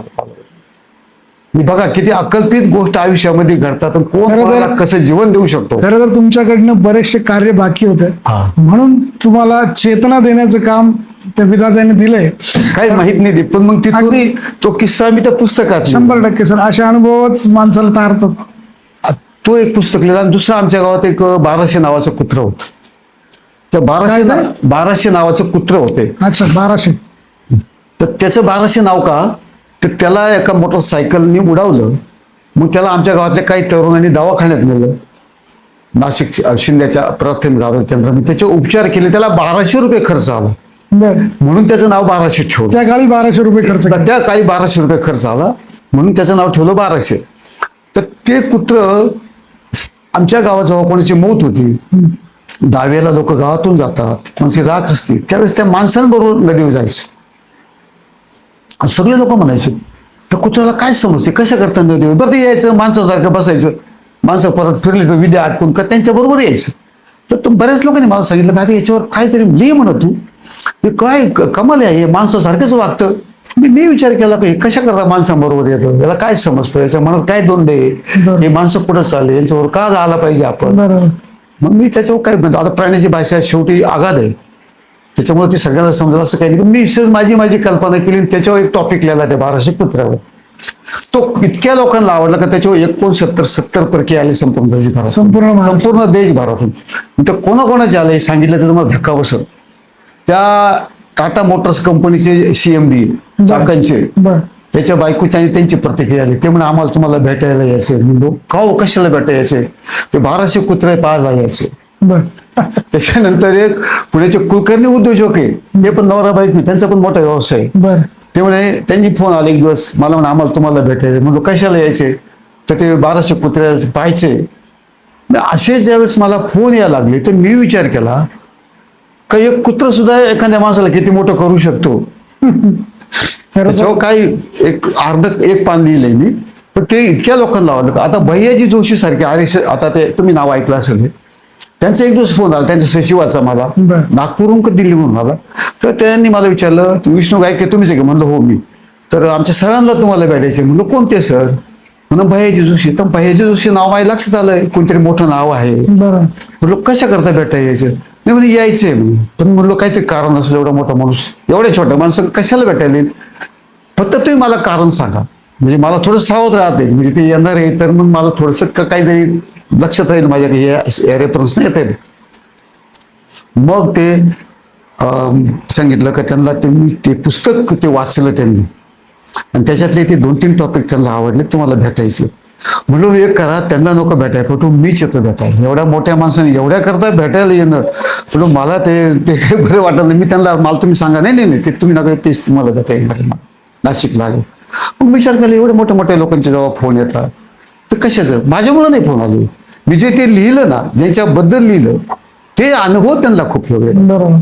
आणि तुम्ही म्हणता नाही लेखन त्याची प्रेरणा कशापासून मिळाली? मी साधारणतः 22-23 वर्षाचा असताना एक कविता ऐकली मुंबई आकाशवाणी केंद्रावर एका कवयित्रीची पावसाबद्दलची. बर तर ती कविता ऐकल्यानंतर मला काही ती पटना. हे कवितेमध्ये पावसाळा नाही, निसर्ग नाही, यांचे अर्थपूर्ण वाटली नाही. हा? आकाशवाणीवर वाजणारी कविता अर्थपूर्ण वाटली नाही. हा नाही वाटली. तर म्हटलं याच्यात काहीतरी कमतरता आहे, पावसाळा असा नसतो. बरोबर. आता त्यांचा वेगळा पावसाळा, त्या वयातला त्यांच्या तरुणपणातला त्या बरोबर. प्रेमाच्या गोष्टीतला पावसाळा. आता त्यावेळेस आमच्या काळामध्ये आजही आमच्या पिढीतले जे लोक आहेत त्यांना ते प्रेम हा विषय त्यांच्या आयुष्यात नाही, जवळ नाही, कारण तो विषय त्यांच्या वाट्याला आलेला नाही. प्रेम झालं त्यांचं लग्नानंतर, जे काही झालं असेल ते लग्न 6 महिन्याने नाव कळालं ते ठीक आहे. तर मग मी म्हटली कविता काय मला ते एवढी विशेष नाही वाटली. मग मी असं केलं एक दिवस, म्हटलं थांबा आता पाऊस काय असतो, पावसाळा काय असतो याच्याबद्दल आपण लिहू. आणि त्या वर्षी इतका पाऊस येलो होता, दारणा नदीला इतका पूर येलो होता का दुथडी भरून दारणा नदी वाहत होती. बरोबर. म्हणजे मी ज्या मळ्यात राहायचो फुले नगरला, तिथून माझ्या घरापासून तर शेडच्या त्या कोपऱ्यात पाणी दिसायचं समुद्रासारखं. आणि अशा या पाण्यामध्ये एक ओंडकं वाहत होतं, त्या ओंडक्यावर एक आजगर होता. ते ओंडकं कडकडानं येत आमच्या घराच्या जवळ आलं. ते पाहिलं मी, ते ओंडकं मोठा आजगर बसलेलं. मग माझ्या लक्षात आलं हे जर कडाला आलं तर तो आजगर इथं उतरल आणि मग तो सगळ्याला त्रास पण होऊ शकतो. बरं. आणि मग विचार केला अरे आता समुद्र आहे सगळा आणि पावसाळा तर इतका त्रासदायक काही तर आपल्याला जीव म्हणजे वाचवून पळायची पाळी आली. जनावरं सोडून, बैल सोडून, गाई सोडून, आपला जीव वाचवून घरात घेऊन लोकांना पळायची पाळी आली. हा पावसाळा तर खूप त्रासदायक ठरला आपल्याला. आता ह्या कविता कशा काय सुचल्या म्हणून तर त्याच्यावर मी तो लेख लिहिला बरं. आणि एक हाती 4 पाणी लिहून काढले. बर त्या पावसाचे अनुभव, शेतकऱ्यांना होणारा त्रास आणि त्याच्यात शेतकऱ्यांची उडाली त्रैदाती पीठ, जनावरांचे हाल ते लिहिलं. आणि माझा एक मित्र होता, त्याला म्हणलं बाबा मी असे 4 पानं लिहिले, तो मला पाठवून दे. त्याला पाठवलं, त्याला इतके आवडले. त्यांनी ते गावकरीच्या रविवारच्या पुरवणीमध्ये जसं मी लिहून दिलेलं होतं त्याच्यात दुरुस्ती सुद्धा केलं. आणि एक पानभर म्हणजे रविवारच्या दिवशी रविवारच्या पुरवणीमध्ये असा हा पावसाळा म्हणून एक लेख छापला, अख्खा पानभर. त्याच्यात माझा फोटो टाकला आणि मग ते विचार ते इतका लोकांना आवडला का मग ते दर रविवारी आग्रह करायला लागले मला, तुम्ही लिहा असा विषय झाला. मग तिथून ती लिहायची थोडी सुरुवात झाली. एकदा एक मित्र नाशिकवरचा एक स्पर्धा होती कामगार कल्याण मंडळ महाराष्ट्र शासनाची, तू चांगला लिहितो तू लिह.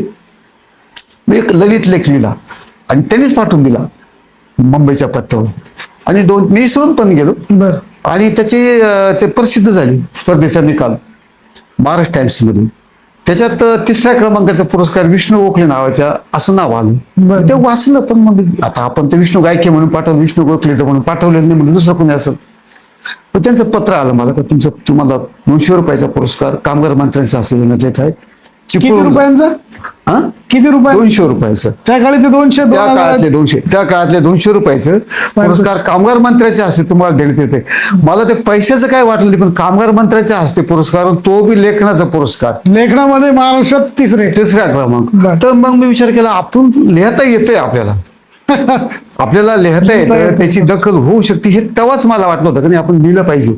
पण मग नंतर पुढे कामगार पुढारी होय, पुढे कृषी गट स्थापन कर, पुढे कंपनी स्थापन कर, पुढे शिक्षण संस्था स्थापन कर, पुढे गावच्या, आता ते पुढे विषय घेतला की मला माहित नाही, ग्रामपंचायतीचे इलेक्शनचे वेगळे अनुभव आहे, सोसायटीचे आहे सर माझ्याकडे पुढे याच्यामध्ये इतका वेळ जायला लागला. मग प्रपंच आला, सोडा मुळवाला आले, शेतीचं मी काही काम कधी केलं नाही, कारण मला वेळच नाही मिळाला.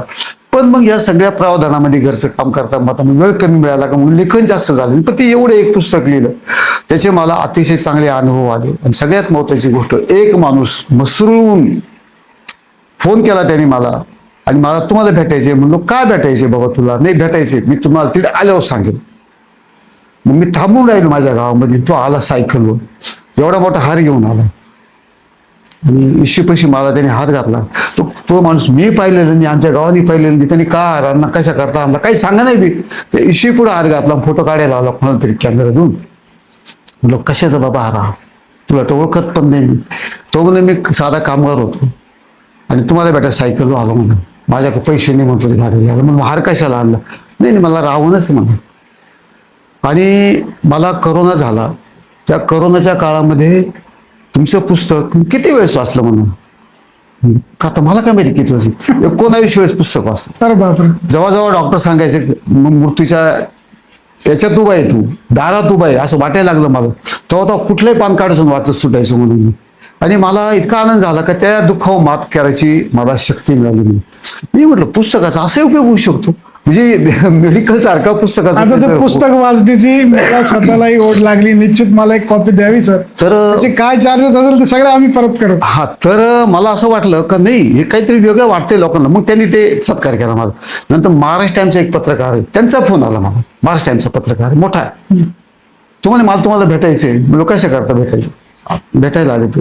म्हणजे मी तुमचं पुस्तक वाचतं, पण कधी जेव्हा ऍडमिट झालं कोरोना झाला, त्याचे करोनाचा विषय बरं का त्याचा. म्हणजे तुम्हाला आवडलं का खरंच पुस्तक? मला असेच मसूळचे पण एक व्यक्ती आले, काय आवडलं म्हणून. मी 17-18 वेळेस वाचलं म्हणून. तुम्ही माझं तोंड पाठ आहे म्हणून पुस्तक, तुम्ही मला सांगितलं नाही पहिल्या पानापासून तर पानं काही जास्त नाही, 17-80 पानं, ते मी तोंड पाठ म्हणू शकतो. म्हणून तुम्ही काय वाचलं? मला उमेद वाढते म्हणून. अरे हे हसतं खेळतं ते सगळे प्रसंग आणि सगळं मात करणारे त्याच्यातल्या गोष्टी हे वाचल्यानंतर आम्ही काहीच भोगलं नाही.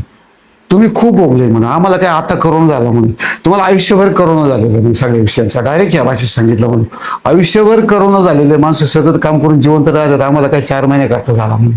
ते बी इंजेक्शन सलाईन चालू होते, तुम्हाला इंजेक्शन नाही, सलाईन नाही, काहीच नाही. मी पण विचार करायला लागलो की तो माणूस असा का पडतो. महाराष्ट्र टाइमचा पत्रकार आणि अतिशय बुद्धिवान, मोठ्या पदावर येतो. मला तर समजलं का आपण जे लिहितो ते आवडतं लोकांना, आणि मग आपण देत राहिलं पाहिजे. आत्ता द्यायचा विषय निघाला म्हणून सांगतो का आता बदलते शिवाराचं चांगलं स्वागत केलं. त्याची 700-800 कॉपी संपल्या, तर आता बदलती माणसं. अगदी बदलते माणसं एक पुस्तक मी लिहितोय, थोडं राहिलेलं.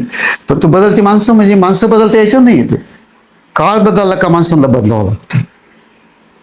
80 वर्षापूर्वीचे माझे आजोबा असे कपडे घालून नाही राहू शकत नाही. काळाप्रमाणे मला माझे कपडे बदलावं लागतील, काळाप्रमाणे माझे वाहनं बदलावं लागतील, काळाप्रमाणे माझे काही जुन्या गोष्टी बाजूला ठेवावं लागतील, आणि काळाप्रमाणे काही नवीन गोष्टीचा स्वीकार करावा लागेल. पण काळाप्रमाणे जरी बदललो पण चांगले संस्कार तर मला विसरता येणार नाही.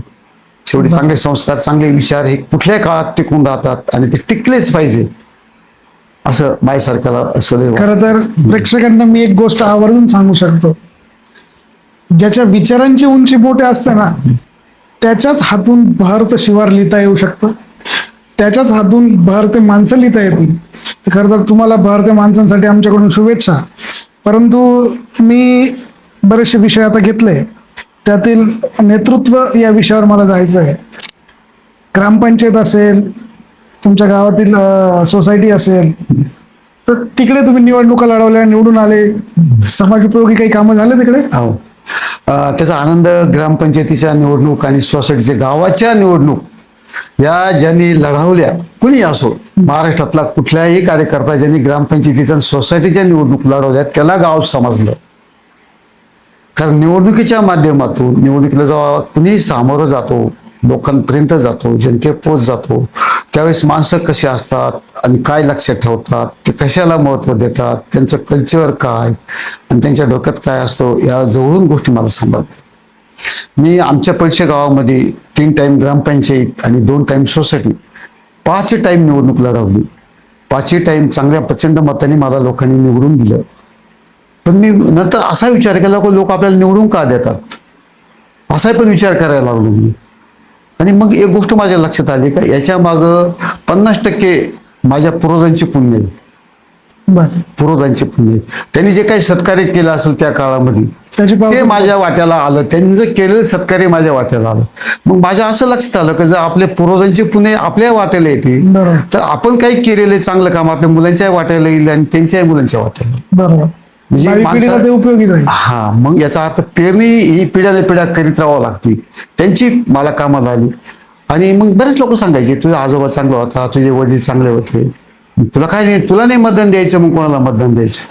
अगदी एक किस्सा सांगितलाच पाहिजे प्रेक्षकांना आणि तो सांगण्यासारखा आहे इलेक्शन मधला. तर एका कुटुंब मला काय मतदान करायचं म्हणून मी त्यांना एक दिवस मी सहज विचारलं तुम्ही का मतदान करता, मला काय नाही, चहाचा कप नाही, त्यांनी माझ्याकडून तुम्हाला मदत पण नाही.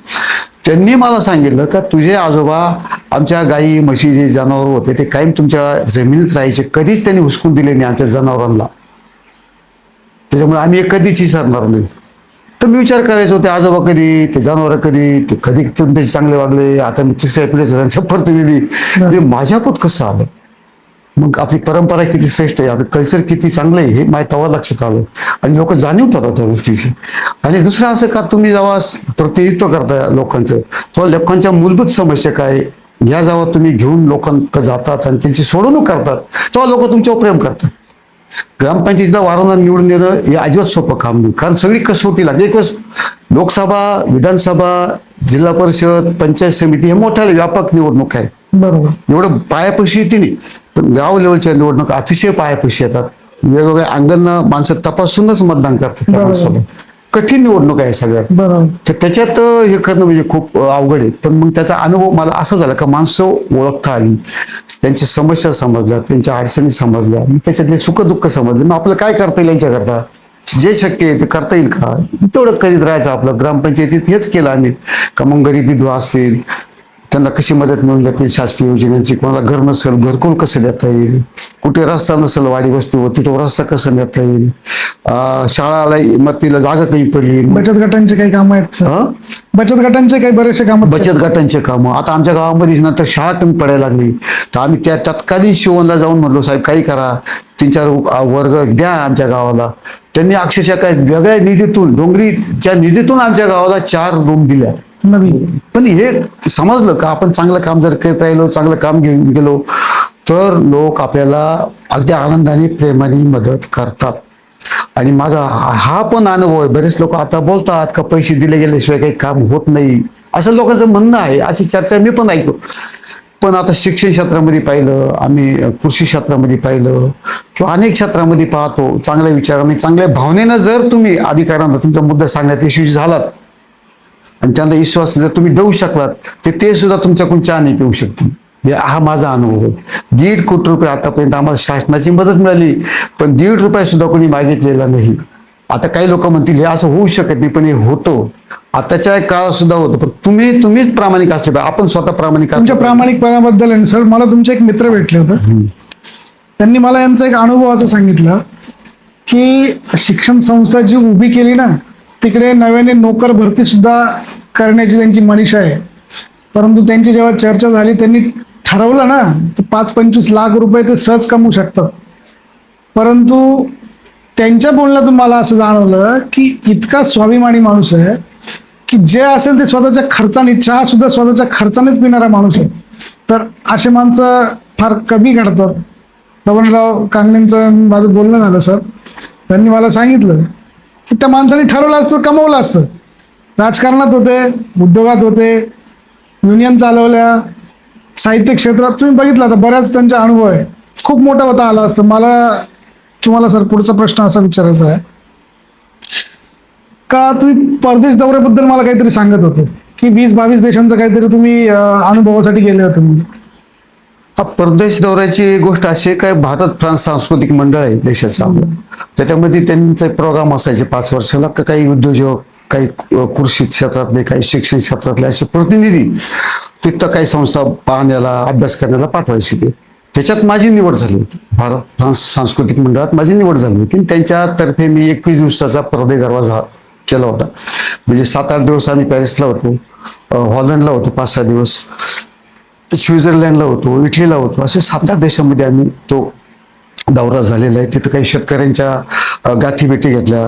त्यांचे जे काही उद्योजक, दूध आता तिथं जास्त करून दुधाचे खूप मोठे मोठे व्यवसाय आहे, त्याचा काय अभ्यास, त्यांचा पण अभ्यास केला थोडक्यात. असं ते असं सांस्कृतिकमध्ये होतं. काही कॉलेज, तुमची शिक्षण व्यवस्था कशी आहे, असं ते एक अभ्यास दौरा होता.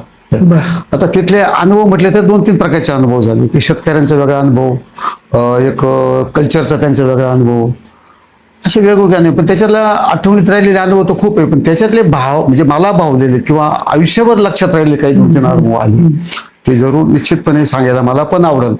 तर त्याचे 2-3 अनुभव असे होते का तिथं ज्यावेळेस आम्ही नवीनच परदेशात कधी आम्ही पण गेलेलो नव्हतो आणि तिथं गेलो म्हणजे पॅरिसला. त्या पॅरिसच्या रेल्वे स्टेशनमधून मेट्रोतून प्रवास करत असताना आम्ही इकडे तिकडे बघत असायचो उत्सुकता म्हणून. तिथे बोर्ड, तिथलं ते असं बघूशी वाटायचं. समोरून अशी गर्दी यायची कधी कधी ट्रेन मधून उतरली, त्याच्याकडे पण आमचं लक्ष नसायचं. तर ते जे लोक आहे, ते जे मुलं मुली आहेत, ते आम्हाला पाहिल्यानंतर ऑटोमॅटिक बाजूला व्हायचे, बाजूला व्हायचे. तर माझ्या काही अगोदर लक्षात नाही आलं ते पाहिजे, पण माझ्या लक्षात आलं काही का बाजूला होता आपल्याला पाहिल्यानंतर फडकन. मग मी एका मुलीला थांबून विचारलं, तुम्ही का बाजूला होतात? तेव्हा आमच्या लक्षात आलं का तुम्ही परदेशातून आलेले, तुम्हाला हे पाहण्याची उत्सुकता आहे, तुम्हाला आमची माणसं पाहायची उत्सुकता आहे, तुम्हाला आमचे देश पाहायची उत्सुकता आहे, आमचं काही काही पाहायची उत्सुकता आहे, तुम्हाला अडचण येऊ नये, तुम्हाला काही त्रास होऊ नये आमचे, म्हणून आम्ही बाजूला होत राहतो. तर मी त्यावेळेसपासून विचार करतो काय हे एक अलौकिक गोष्ट आहे. कुठेतरी भारत कमी पडतोय. हा, आणि इथं जर आपल्याला इतकी गर्दी असते माणसांची काही एवढा कोणी विचार करत नाही. जर कोणी असं परदेशातला असो किंवा आपल्या देशातला असो नवीन ठिकाणी गेला आणि तो जर असं कोणी अंगावर गेला तर त्याला तुझे डोळे फुटले का, तुला दिसत नाही का, तुला चालता येत नाही का, असं लाखोली आपल्याला ऐकावं लागते. काही गोष्टी बदलाव्या लागतील. हा, काही गोष्टी आपल्याला बदलावं लागते. म्हणजे आपण जे म्हणतो आपलं कल्चरच खूप श्रेष्ठ आहे असं काही नाही. ते पाहिल्यानंतर तर असं वाटायला लागलं मला की त्यांचं जे कल्चर आहे ते अक्षरशः वास्तववादी कल्चर आहे. जे वास्तववादी म्हणजे ह्या जीवनामध्ये काय सुख घ्यायचं, कोणाला द्यायचं, हे ह्या जीवनामध्ये असंच साधारणतः त्यांचं बेसिक दिसतं आणि ते तंतोतंत पाळतात. त्याचा दुसरा अनुभव असा आला का त्यांच्याकडे स्त्री आणि पुरुष ही समानता प्रचंड आहे. स्त्री पुरुष समानता त्यांच्यासारखी मला कुठंच दिसली नाही. आणि एकदा आता असा अनुभव आला का आम्ही जेवण करत असताना आम्स्टरडॅमला ज्या बाईंच्या इथे जेवत होतो तिथं त्यांनी आमच्याकरता खास भारतीय जेवण तयार केलं आणि त्यांना ती सवय नाही भारतीय जेवणाची, ते तिखट मसाल्याचं. ते कोणी तरी भारतीय आचार्य बोलून त्यांनी ते केलं वाटतं. तिखट लागलं, त्यांना ठसका आला. त्यांचे मिस्टर म्हणजे इंग्लिश होते मिस्टर त्यांचे, इंग्लंडचे. आणि ठसका आल्यानंतर त्या बाहेर काही जेवण जाईना घेऊनच ते मिस्टर उठले, फ्रीजमधून पाण्याची बाटली केली आणली आणि तिला ते दिलं, पाणी प्यायला लावलं. तिला जेव्हा बरं वाटलं तो जेवण थांबलं आमचं. आम्ही पण एकदम आश्चर्य झालो, कसं काय झालं. तिला जेव्हा बरं वाटलं मग नंतर आम्ही जेवायला सुरुवात केली. एवढाच प्रसंग घडला. पण मी नंतर विचार केला की असं घडल्यानंतर ती प्रतिक्रिया आली ती कशी आली. तिचा नवरा उठला, पाण्याची बाटली आणली, तिला पाणी दिलं, जवळ जेवण थांबवलं, नंतर तिला बरं वाटल्यानंतर आम्ही सगळे जेवायला बसलो. मी नंतर विचार केला प्रवासामध्ये का जर समजा माझ्या घरामध्ये, मी माझ्याच घराचा विचार केला, आपण एकत्र जेवायला सहसा बसली आपण बायको बरोबर कामामुळे बरं समजा बसलो एका दिवशी एकत्र बसलो आणि जर म्हणलो माझ्या बायकोला ठसका लागला तर काय प्रतिक्रिया देईल मी, असा मी विचार केला. तर मी विचार असा केला का मी तिला पहिल्यांदा सांगेल तुला जेवणाचे अजिबात सेन्स नाही, तुला अक्कल नाही, जेव्हा कसं हे तुला समजत नाही, तुझ्या घरी तुला मॅनर्सच शिकवेल नाही, तू शिकायची कधी, फार म्हातारी झाली तरी तुला उद्धार करा. तर तिच्या कुळाचा उद्धार करील मी म्हणजे. आणि तिला जे बोलायचं ते बोलून घेईल, कारण वाटच पाहत असतात तिला कसं बोलता येईल. पण हे कधी वाटलं नाही भारतीय माणसाला, किंवा मला कधी असं वाटणार नाही अरे हा तिचा नड्यात घास अटकला, ही घटना आहे एक, ही शारीरिक त्रास देणारी घटना बरोबर, आहे, त्रास हे कधी देणारी. वाटत नाही. पण तिचे सेल्स काढायचं पटकन सुचत आपल्याला, मग बाहेर लक्षात आलं की चूक आहे, ही चूक आहे आपलं. तिथं समजलं. इथं ज्यावेळेस भारतात आलो सत्कार 2-3 ठिकाणी झाले, तिथे हे अनुभव सांगितले. एका ठिकाणी तर महिलांनी केवळ याच्याकरता मला बोलावलं की हे सांगा तुम्ही आपल्या लोकांना. बरोबर. बाबलेश्वर नावाचं गाव आहे, तिथं महिलांना इतकं आवडलं ते हे म्हणत दुसऱ्यांना सांगा आमच्या माणसांचे तरी डोळे उघडतील म्हणत. तर त्याचे खूप अनुभव आले, मला खूप चांगले अनुभव तिथं आले. आणि ते कल्चरला आपण जे नाव ठेवतो ना, तेव्हापासून माझ्या लक्षात आलं की कल्चर हे वागणुकीतच दिसतं माणसाच्या. बरोबर. कोणत्या ग्रंथातून आणि कोणत्या जुन्या परंपरेतून आज माणूस कसा वागतो, माणसाशी कसा वागतो, तो त्याच्याच कल्चर दिसतं माणसाचं, असं मला वाटतं. आपले कल्चर चांगले, पण वास्तवात आहे का हा विचार करायची पाहिजे. बरोबर, अगदी बरोबर, अगदी बरोबर. तर सर, बरेचसं कार्य तुमचं मोठं आहे, परंतु त्याचा सन्मान कधी झाला का? कुठले पुरस्कार तुम्हाला मिळाले? हो, पुरस्कार मिळाले, सन्मान पण झाला, सन्मान पण वाटायला आला. पण मला नाही वाटत इतक्या मोठ्या सन्मानाचा मी हकदार आहे. कारण कसं खूप एक सन्मान राज्यपाल महोदयांच्या हस्ते मिळाला, कृषी रत्न म्हणून. ठीक आहे, त्यांनी का निवड केली, काय बेस नाही केली, पण त्यांनी केली. राज्यपाल महोदयांच्या हस्ते सन्मान झाला. एक MIT पुण्याची संस्था आहे मोठी. त्याच्यानंतर कामगार क्षेत्रामधला कैलासाची प्रकाश बोराडे, आपले तुम्ही पण नाव ऐकलं असेल, त्यांच्या नावाचा एक पुरस्कार मिळाला. राज्य शासनाचा लेखनाचा पण पुरस्कार मिळाला. आनंद वाटतो. पण सन्मान म्हणजे सर्वस्व असं काही नाही. सन्मान आणि प्रेरणा, सन्मानासाठी तुम्ही जगलेच नाही, सन्मान सन्मानासाठी ही तुमचं कार्य प्रेरणा आहे का, ठीक आहे तुम्ही योग्य करता बुवा, असं एक थोडंसं वाटतं माणसाला. कुठेतरी ते नोट होतं. सन्मान म्हणजे अंतिम नाही. आणि अगदी सन्मान जर अंतिम समजलं, नवीन काहीतरी शिकायला मिळालं. सर, सन्मान म्हणजे अंतिम नाही, ती अंतिम फक्त एक प्रेरणा आहे. हा पण प्रेरणा आहे. कोणती बरोबर. दखल घेतं आणि आवडतं लोकांना, हे ऐकल्यानंतर बरं वाटतं. पण असंही पण आहे का काही सन्मानाचं प्रदर्शन करून आपण खूप मोठं आहोत असं मला तर काही वाटत नाही. कारण एवढं मोठं काम मला नाही वाटत माझ्याकडून झालेलं आहे. काही चुका पण माझ्या आयुष्यातून झालेल्या आहेत, कळत न कळत. सन्मान जरी झाला तर चुका पण झालेल्या आहेत. तर मी आत्मशोध हा माझ्या दृष्टीने अतिशय महत्त्वाचा असतो. आपला प्रवास कुठं रखडला, याचा जिथं रखडला तिथे मी आत्मशोध घेत असतो. मला त्याची आवड आहे. गौतम बुद्धाचं तत्वज्ञान आहे, पण ते मला आवडतं. आत्मशोध आहे, आत्मशोधातूनच माणूस कोणी परिपक्व होतो. खरी गोष्ट. तर ते आत्मशोधामध्ये असं वाटलं का खूप शिकायसारखे जगा, म्हणजे अजूनही फार येते किंवा मला काही समजते असं काही माझा दावा नाही. अजून म्हणजे सगळ्यात यशस्वी झालो असं नाही.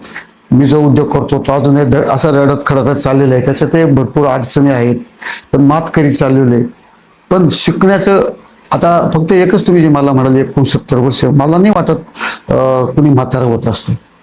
मेंटॅलिटी, त्याचं मन जर चांगलं ठेवलं आपण आणि सतत कामामध्ये अटकून घेतलं तर कुणी म्हातारा लवकर होईल असं मला पण नाही वाटत. आता शरीराचं वय वाढतं, माणूस म्हातारा होतो. हा, पण असं म्हातारा होऊ नये कुणी, असं माझं मत आहे. तर काम करत राहा, कोणत्याही जे क्षेत्रात शेवटच्या क्षणापर्यंत काम करतो. कोणत्याही तुम्ही ज्या क्षेत्रात असाल ना तिथं मन लावून काम करा. तुम्ही कधीही म्हातारे होणार नाही असं मत. हेच करा असं काही नाही, कोणताही करा, कुठलंही करा, आनंदाने करा आणि शिकत शिकत करा. जगातले खूप मोठ्या मोठ्या गोष्टी असतात, त्यांच्याकडे पाहून करा. आपल्याला क्षेत्र हा दावा करू नका कोणी काही. सगळं तुमचे विचार खूप मोठे आहेत सर, परंतु काही प्रश्न मी तुम्हाला पटापट विचारणार आहे. तुम्हाला जेवढं पटापट उत्तर देता येईल तेवढं द्यायचं आहे. आयुष्यातील सगळ्यात मोठा संघर्ष कोणता? आयुष्यातला सगळ्यात मोठा संघर्ष गुळ कारखाना. हो, गुळ कारखाना. कारण उद्योग आहे, तो उद्योग आहे, व्यापार आहे, व्यापार आहे आणि व्यवसाय, व्यवसायामध्ये मार्केट आहे. तिथं सगळ्यात मोठा संघर्ष करायचा. हो, कारण तिथं संघर्ष असे दिसत नाही तो, पण प्रत्यक्ष त्याला तोंड द्यावं लागतं. कारखाना चांगला चालवणं, सगळ्यांना बरोबर ठेवणं, त्यांच्या अडीअडचणी, उद्योगात बदलतं त्याचं ते स्ट्रेंथ, त्याच्या जाहिराती, त्याचं ते सगळं, याचं सतत संघर्ष करावा लागतो, त्याच्यात राहावं लागतं. तो संघर्ष मला सगळ्यात मोठा वाटतो, मला वाटतो. बरोबर. सगळ्यात आनंदाचा क्षण कोणता? सगळ्यात आनंदाचा क्षण, मी 4-5 अपघातातून वाचलो. 3-4 अपघात झाले माझे. माझ्या लहानपणी मोठ्या आजारातून वाचलो आणि त्याच्यातून वाचलो तर मला काही माहीत नाही कशामुळे वाचलो, कोणाच्या प्रेरणाने वाचलो, पण मला मदत करणारे, वाचवणारे असंख्य हात आहेत आणि माझ्यावर प्रेम करणारे असंख्य माणसं या जगात आहेत पृथ्वी तलावर. हा आनंद आहे मला सगळ्यात जास्त. आणि म्हणजे तुमच्या सोबत भरपूर लोक आहे याचा तुम्हाला सगळ्यात जास्त हो, आनंद. सगळ्यात जास्त. अगदी मस्त उत्तर दिलं सर. सुरुवातीला उत्तर द्यायला सुरुवात केली तेव्हा मला थोडंसं वाटलं की काहीतरी वेगळंच होतं, परंतु समाज तुमच्या सोबत आहे हा तुमचा सगळ्यात मोठा आनंद आहे. युवकांना काय संदेश द्या? युवकांना असा माझा संदेश बिंदेश काही देणार नाही मी, इतकं मोठं नाही माझं काम, पण असं वाटतं का युवकांनी जे बी शिक्षण घ्यायचं ते इतकं आताच्या युवकांना योगायोगानं त्यांचे सुदैवी आहेत सगळे. हे जग इतकं प्रचंड त्यांच्या कयात आलेले, एका मोबाईलमध्ये संपूर्ण जग आहे त्यांच्या हातातच. आणि त्यांनी ठरवलं तर कितीतरी शिक्षण करू शकतात, काही कुठल्याही क्षेत्रामध्ये टोकाचं शिक्षण घेऊ शकतात आजचे युवक. त्यांना काहीच अडचण नाही, त्यांनी ते घ्यावा. आणि कुठलंही क्षेत्र कमी नाही. जे शेती करतात त्यांना सुद्धा खूप मोठं क्षेत्र आहे, परकीय उद्योग आहे, ट्रेडिंग आहे, छोटे उद्योग आहेत, त्यांनी करावा. नोकरीच्या मागं लागतं करावा असं म्हणतं. व्यवसायाचा आनंद फार वेगळा असतो, तो त्यांनी आनंदात घ्यावा.